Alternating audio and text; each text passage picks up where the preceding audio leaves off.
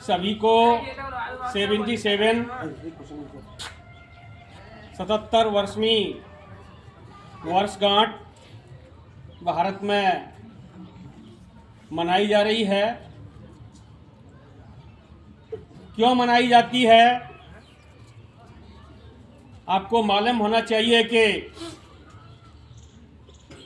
1929 को पहली बार जो पाकिस्तान में शहर पड़ता है वह रावी नदी के किनारे पर कांग्रेस का कॉन्फ्रेंस हुआ और उसमें पहली बार कहा गया कि हमें देश के लिए एक पूर्ण संविधान की आवश्यकता है।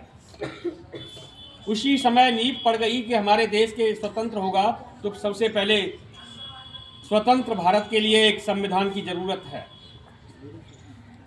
और संविधान बनकर के तैयार हुआ लगभग 1 महीने पहले, लेकिन तारीख 26 जनवरी थी।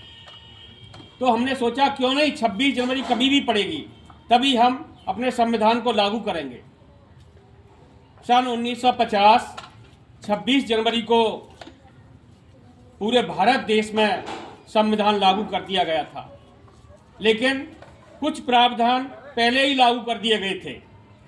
जैसे सिटीजनशिप था, उसको लागू कर दिया गया था, किस सन से इंडिया में रहने वाला है वो इंडियन नागरिक माना जाएगा। गणतंत्र का मतलब जानते हैं आप? जहां जिस देश का सर्वोच्च कुर्सी होती है उस पर चुना हुआ व्यक्ति बैठता है, उस देश को गणतंत्र कहा जाता है। अर्थात गण माने आदमी होते हैं, तंत्र माने होता है सिस्टम, भीड़। जहां बहुत से लोगों का शासन होता है उसे हम गणतंत्र कहते हैं। अगर संविधान नहीं होता तो आप लोग यहाँ खड़े हैं जो सीटों पर अच्छी तरह बैठ करके शिक्षा प्राप्त कर रहे हैं, वो नहीं मिलती आपको। संविधान ने बहुत कुछ दिया है, आपको मूल अधिकार दिए हैं। अगर आपके मूल अधिकारों का हनन होता है तो आप आर्टिकल 226 और 32 के अनुसार हाई कोर्ट और सुप्रीम कोर्ट में अपने अधिकारों की सुरक्षा के लिए जा सकते हैं। तो संविधान वो मशीनरी है जिसके माध्यम से सरकार चलती है और सारे देश को एक सूत्र में बांधे रहती है। एक बात और बताऊं मैं आपको, जब देश की स्वतंत्रता की बात आई थी, सबने विचार किया था कि भाई देश कैसे चलेगा।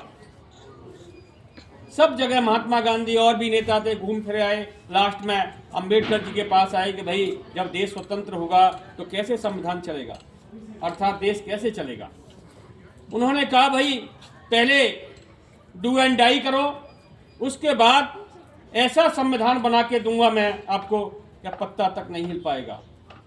और उसी समय प्रण कर लिया था कि इससे ज़्यादा योग्य व्यक्ति इस संसार में कोई नहीं है, और उन्हें ड्राफ्टिंग कमेटी का चेयरमैन बना दिया गया।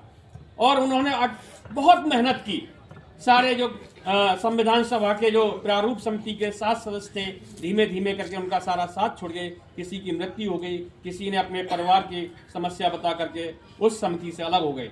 उन्होंने अकेले ही बहुत कुछ किया और सही टाइम पर उन्होंने उस संविधान का निर्माण करके और संविधान सभा को सौंप दिया गया। आज संविधान नहीं होता तो आप इस रंग बिरंगे कपड़े पहन के आ रहे हैं, आज़ादी मिली हुई है, वो नहीं मिलती, आप वहीं के वहीं रहते। तो इसलिए हर व्यक्ति को संविधान का पालन करना चाहिए और उसका आदर करना चाहिए और संविधान के बारे में जानना चाहिए। मैं ज़्यादा समय नहीं लूँगा। जय हिंद, जय भारत।